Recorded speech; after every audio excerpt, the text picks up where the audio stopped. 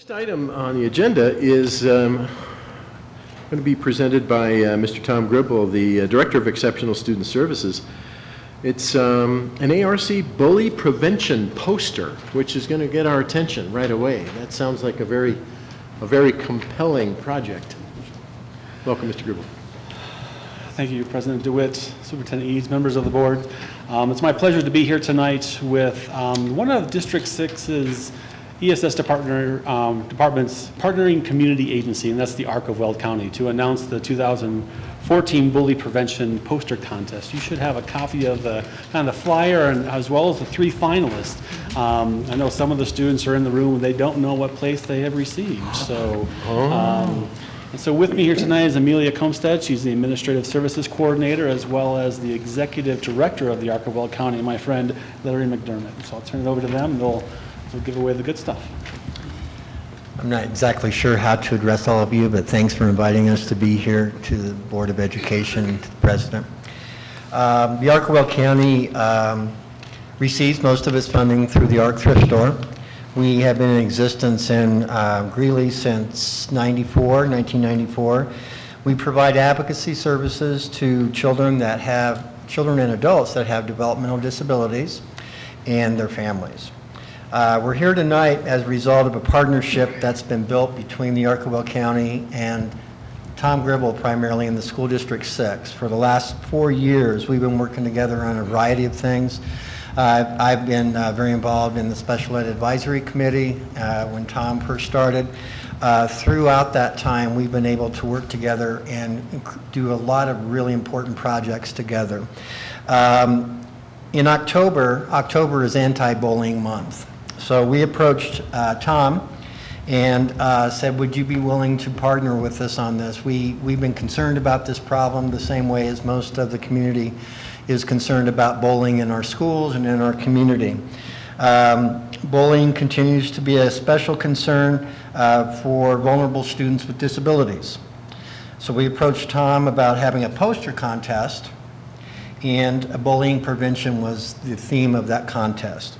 And we did kind of quick, probably about 3 weeks into the month, and we said, it's kind of behind the 8 ball on this, but let's just give it a go and see how many responses we get. So he helped us put it out to all the District 6 schools and the charter schools, and we were expecting maybe 15, 20, and we have over 120 responses. Right. And that's what I have written down here. I think the part I want to tell you is that it really did my heart good to see some of the responses we got from these kids.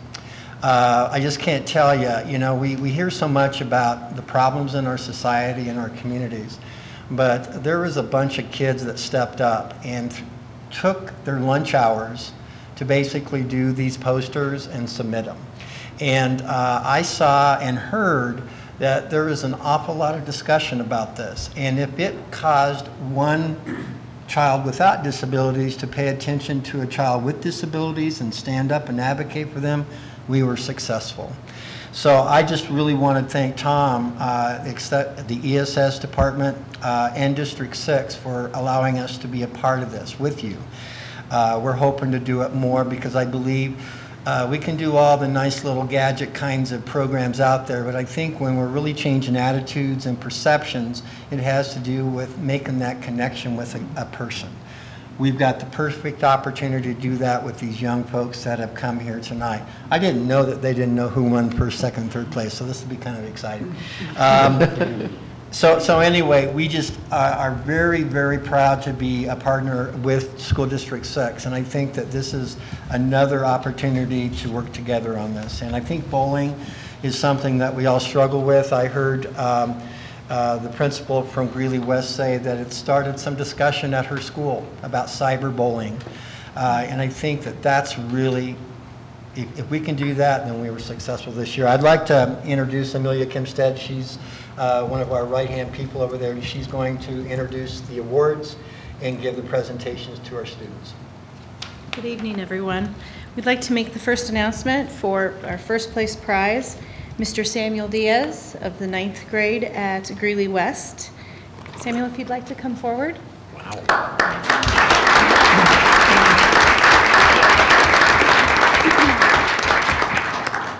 We have 2 certificates for you, Samuel, one for you to take home and one for school. We also have the award of $200 to go to the school on behalf of Samuel's Art, as well as a pizza party for you to redeem for your class. Have a photo?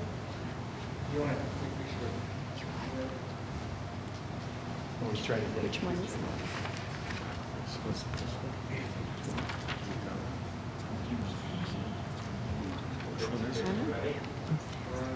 That's not this one. That's, looks like that's more of a freshman level than the other ones. That's my guess. It's pretty impressive. Is this one? Yes, sir, that is in fact it. I don't know if I can make it visible for everyone. That's fine. This is the original artwork that Samuel did. Don't allow, stop it.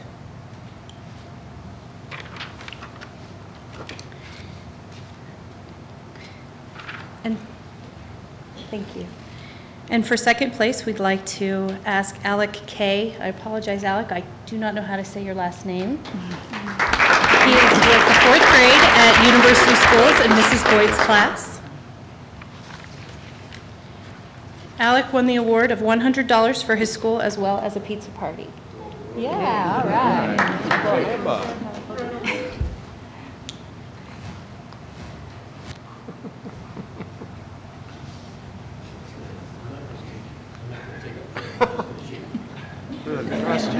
Trust you to win.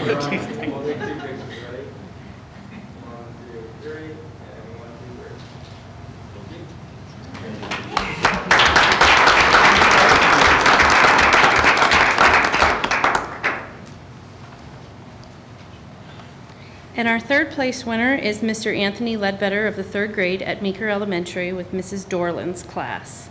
And they will receive $25 for his winnings. And unfortunately, I believe that Anthony was ill this evening, so we'll be sure to get him his certificates.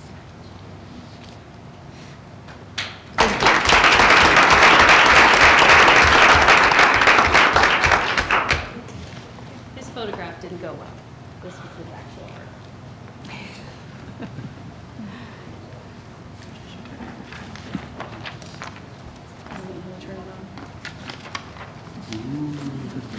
That's good stuff, right? You have it. Yeah. Thank you. Thank you. Thank you very much. Good evening. Congratulations, everybody who participated. We appreciate it very much. The next item is a report on middle school athletics, an update from Coordinator of Schools, Bob Billings, who is working his way against the crowd to come to the podium.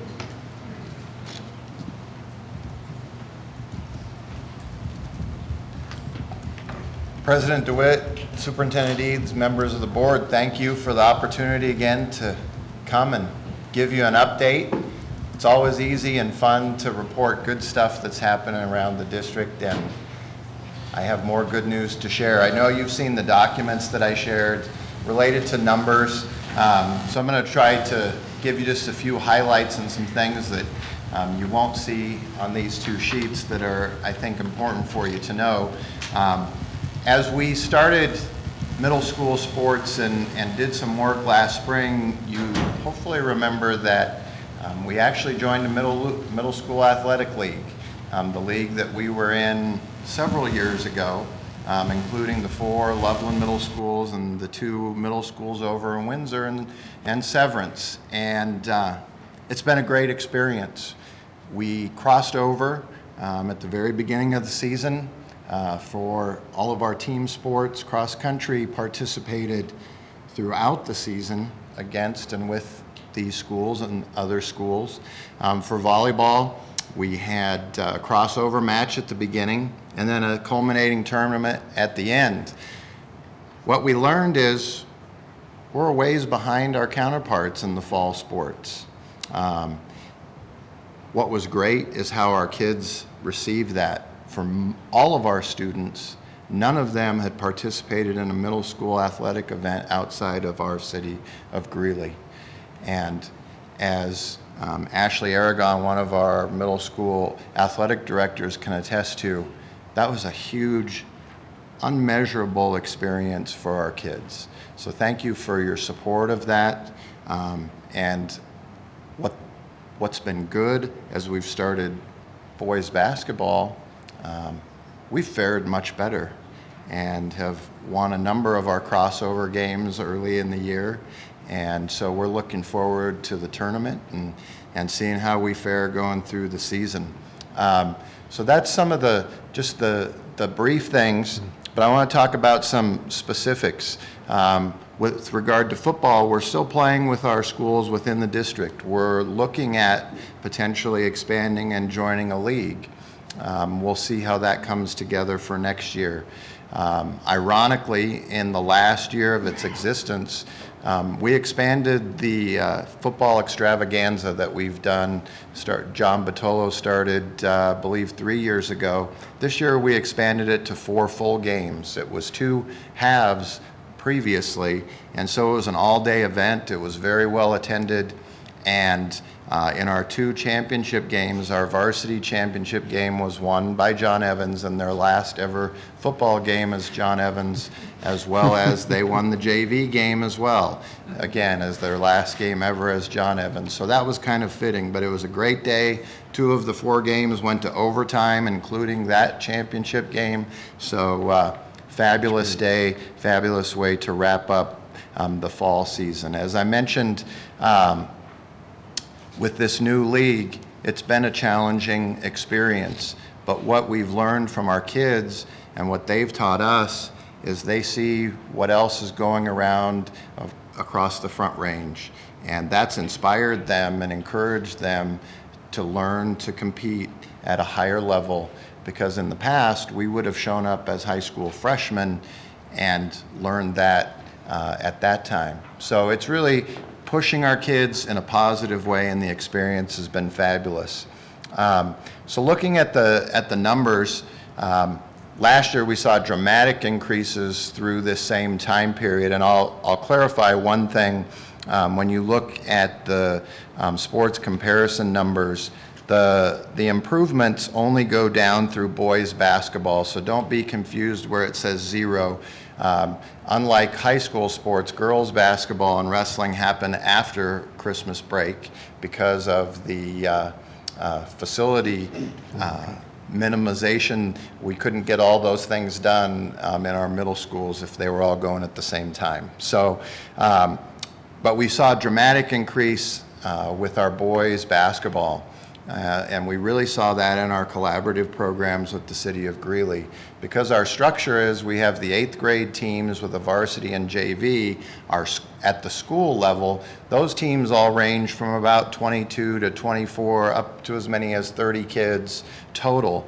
Where we've seen the great growth, and you look at John Evans, for example, they have 100 kids total, and about 70 of those are participating in the city shared program that was started back 3 years ago. So kids are having the opportunity, and so it's created challenges in finding volunteer coaches and people to support and put uniforms on kids and so on and so forth. All absolutely awesome problems to have. So, and to give you just one more point of reference on the numbers, if you went back to 2012-13, that school year, the first year, our numbers that year totaled 1,077 participants through boys basketball. Last year, jumped up to 1,313, and this year up to 1,484. So I'm surprised we grew this much, but certainly happy that we did. And again, appreciate your support with all of that. So a couple of things moving forward just for you to think about. We're expanding the spring sports options to include co-ed, but separate boys and girls soccer at all of our schools. At John Evans, that'll be supported through Soccer Without Borders, because that's a program that already exists at that school. But the Kaiser Permanente grant that the wellness folks in the district. One for us will support and provide uniforms, et cetera, for those kids this spring. What's interesting, in the City of Greeley program last spring at the same time, they only had about 35 middle school age kids participate total. And so they actually went, didn't play 11-on-11 soccer. They went to smaller teams so they'd have enough kids to have teams. We really expect large numbers, and so we'll be doing that in conjunction with the city, and we'll look for big things from that and expect great participation. So we'll see how that comes together. With that, I'd open it up for any questions or any clarifications that something you read in the background information that maybe you wondered a little more about. I'm almost afraid to call on this person because it's probably a sports question. Mr. Hafley. God, the bus keeps running over me. First of all, I'd like to thank you for working on this, and this is a wonderful problem to have. Not enough uniforms, not enough money, and it's going to be the responsibility of the district to try to find that to assist you. You know, one of the things I would love to see is more of the crossovers. Actually, I'd like to see the leagues mixed so that every other week they go someplace and do something, and I think that would add to that experience, as I know you understand, and I hope that you're working on that, and I look forward to hearing for you to say, we need more money. Thanks. Thank you. Don't jump right into that, though. Okay. Dr. Richards. Again, thank you for your leadership in this, and I know you noticed your carefully chosen words of the opportunity to compete, and that's a key piece of this. It's not just the winning or the losing part of it, but that opportunity to compete, and that's an exciting piece that we can add that engages students in learning as well by keeping them engaged in some of these sports.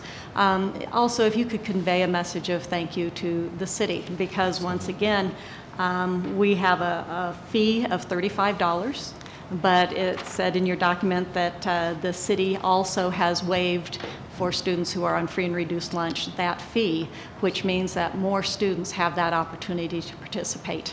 So that's a great thing. Thank you. Yes. Absolutely. Mr. Richardson. Again, I think this is a really important program for so many of our kids to participate in athletics and to get those experiences, and appreciate all the work that you do. I have a quick question about the back end numbers. So do we know how many kids participate the entire duration of the athletic program? Do we have good completion rates? We do. Okay. It's pretty unusual, but it does happen. Football is the sport that tends to have the most attrition, especially with the younger kids, because they may have not played before and they find out that maybe it's just not for them. The interesting thing, and something that jogged my memory here, the City of Greeley's participation in their Young America program actually was down a little bit this year, while ours increased. So that's an interesting dynamic, and a lot of that has to do with the safety piece and the awareness around concussions and head injury. People certainly are looking at that more closely. But outside of football, we really don't see a lot of kids drop off. If we see a kid drop off, invariably we have some other kids that say, gosh, how'd I miss out on this, and come along and join after things have already started. So pretty high percentage, and we can certainly get that hard data if you'd like to see that, but it does well. Kids stick it out. We don't see a lot of attrition. Okay, great, thanks. And I look forward to, I echo John's comments about the expansion. I think across all the board, I think it's great for kids to get additional opportunities. I appreciate it. Ms. Elise.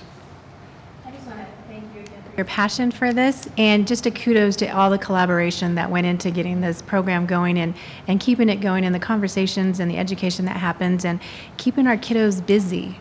We all know that too much free time is not good for kids, and this is a good thing for them. So thank you. You're welcome. Say, is there a component of this that the kids are benefiting from by getting transportation available through the city? It's just something I felt I needed to ask. That was the piece I was going to close with. Oh, excuse me, we're right ahead. Unfortunately, Yeah, unfortunately, I wasn't able to be here last time when we gave you an update on transportation. We're in the process right now, and you may or may not know, but as part of the G-Town Promise event, the Crown Jewels busing program, there's basically a subcommittee that Mr. Otto's put together, and Will Jones, the transportation director for the city of Greeley, is heading that up, and I'm working with him on that. And so one of the pieces that we're really going to focus on here moving forward is trying to get some hard data about the impact of that program. And so to give you an update on numbers, a year ago in October, the ridership was around 2,200 students for that month. They were hoping to break about 6,000 for the month. It ended up about 7,400 riders for the month of October at the end. So I could stand here for 20 minutes and tell you stories, and we're not going to do that right now, but there are lots of positive impacts that are happening, but we want to see some of the hard data, just as you're asking. For example, we know that 10 Northridge soccer players played soccer because of transportation. We know that for a fact. What we don't know is the impact of these 171 students that are maybe new to our programs. What impact did the transportation have with that? So we're going to be working on seeing where those things connect and what that impact is for our kiddos. And then one last closing remark that's in your information, but to talk about the collaboration. Because of the depth of the collaboration that we have with the City of Greeley at our annual kickoff event, where we do all of the mandatory concussion training and those sorts of things, we invited Roy Otto to be our guest speaker this year. Last year we had Tad Boyle, the head men's basketball coach at the University of Colorado, but we thought it was important for Roy to share the vision from his point of view of this collaboration and the things, this wave, as we refer to it sometimes, of things that are happening. And that was very well received, and it gave all of our coaches and staff members a better perspective, hearing it from someone that is at the core, at the epicenter of everything that's happening. So we'll continue to share that information, and this is a passion of mine, and it's not work. That's the great thing. It's just something I'm fortunate to get to do. So thank you. Well, thanks again very much. Appreciate it.